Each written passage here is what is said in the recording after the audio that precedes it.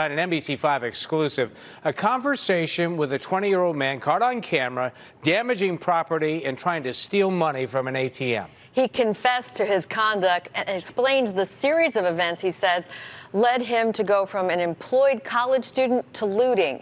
Now he's apologizing tonight for his actions. Here's Christian Farr. Feeling very remorseful, very apologetic. Aaron Neal is the 20-year-old Inglewood man seen in this troubling Facebook Live video that he recorded during Chicago's most recent bout of looting. It's disturbing when you look at it. You know, it's somebody who is there hitting on an ATM, saying that they're going to go someplace else and loot.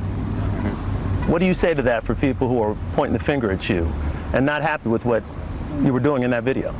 I'm not a looter. I normally don't loot. That's not what I do. Early in the morning on Monday, August 10th, Cook County prosecutors say Neal headed to downtown Chicago like so many others when widespread looting broke out for a second time this summer. Prosecutors say Neal spotted an ATM inside of a Gold Coast vestibule, and on his Facebook Live video, you see him repeatedly strike the ATM with a hammer.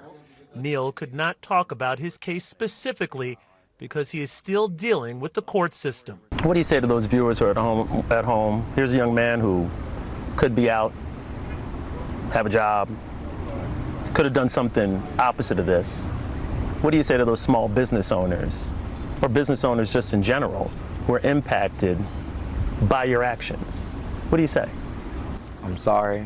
I'm very remorseful because if I was a business owner myself, I would understand where they're coming from and their pain. Felony charges have been filed against 20-year-old Aaron L. Neal. Days after the looting, Chicago police made an example of Neal and identified him within 90 minutes of releasing his picture to the public.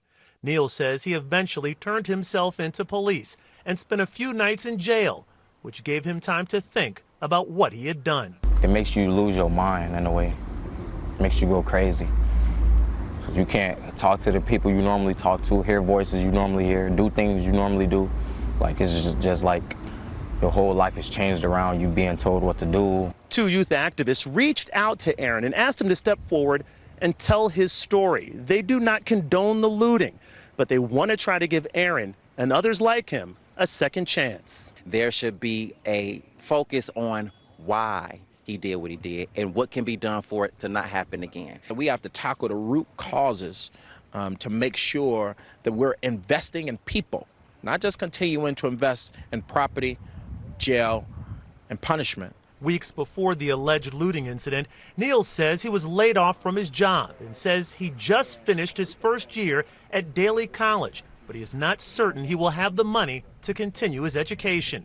Neal does not have a criminal record, but does not want any of these things seen as an excuse for what he did on that video. Shouldn't have happened.